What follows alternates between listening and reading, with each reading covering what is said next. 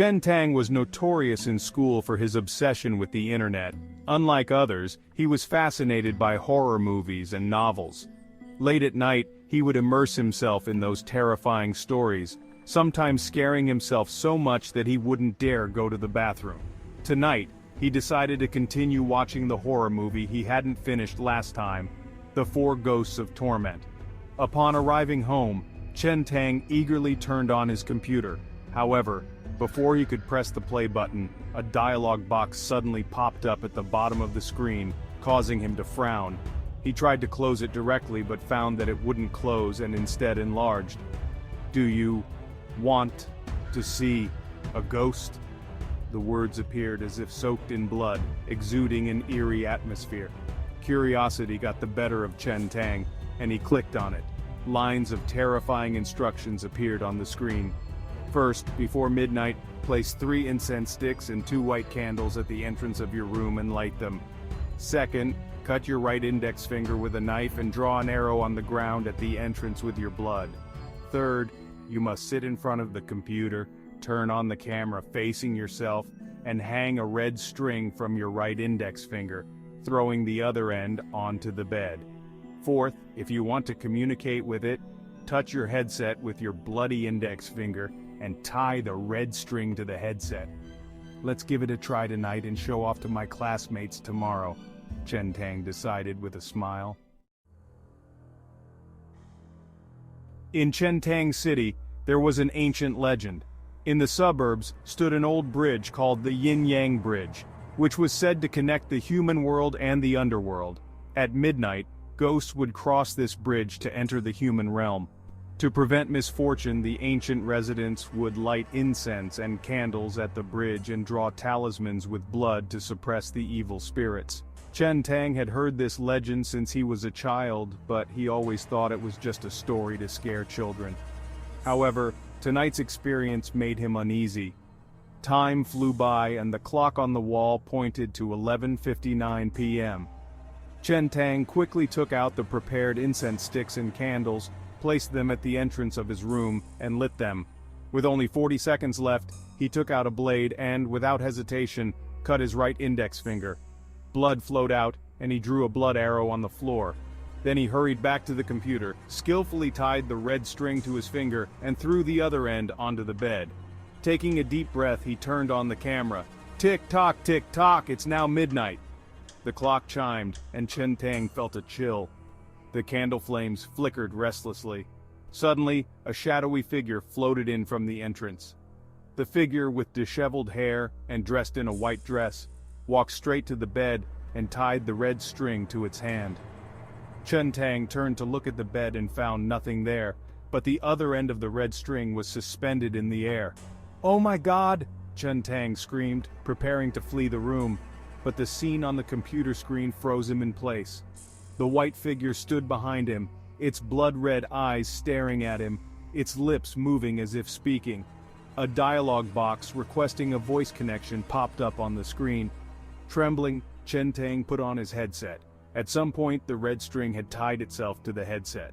A voice that seemed to come from hell whispered through the headset, "Come with me." The ghost lunged at Chen Tang's neck, and with a scream, he fainted.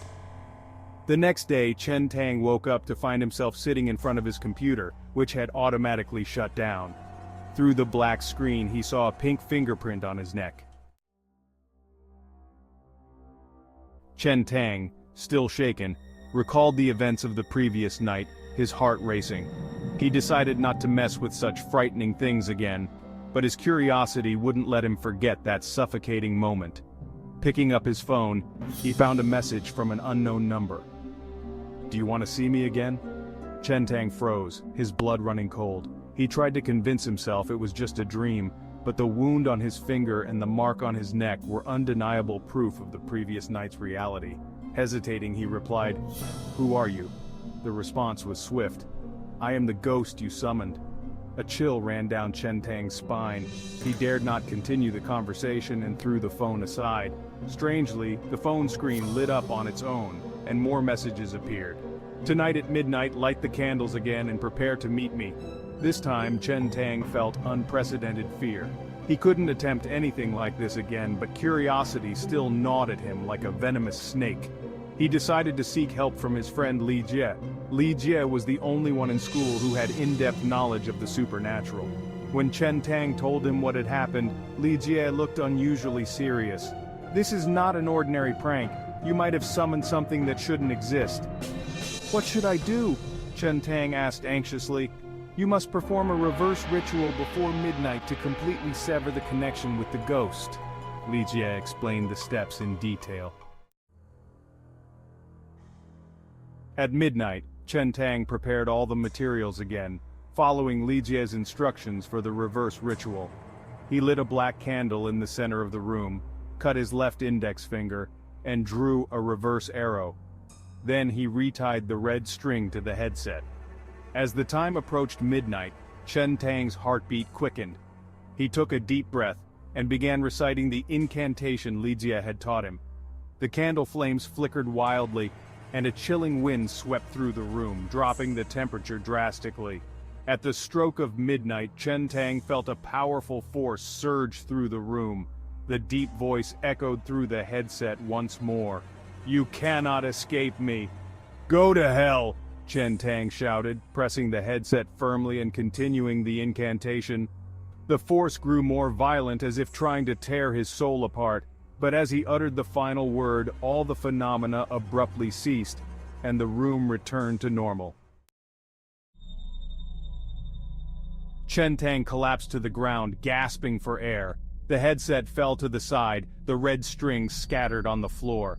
Li Jie rushed in and, seeing Chen Tang safe, breathed a sigh of relief. "You did it! The ghost can no longer reach you!" Chen Tang nodded, feeling an unprecedented sense of relief. He knew he would never touch those dangerous things again. However, when he turned and saw the still active dialogue box on his computer screen, a hint of doubt crept in. The box still flickered. "Do you want to see a ghost again?" Chen Tang hesitated for a moment before finally shutting down the computer. Regardless, he knew he had endured an unspeakably terrifying night, a lesson that would be etched in his memory forever. He would never again attempt anything related to ghosts, for he understood that some doors, once opened, can never be closed.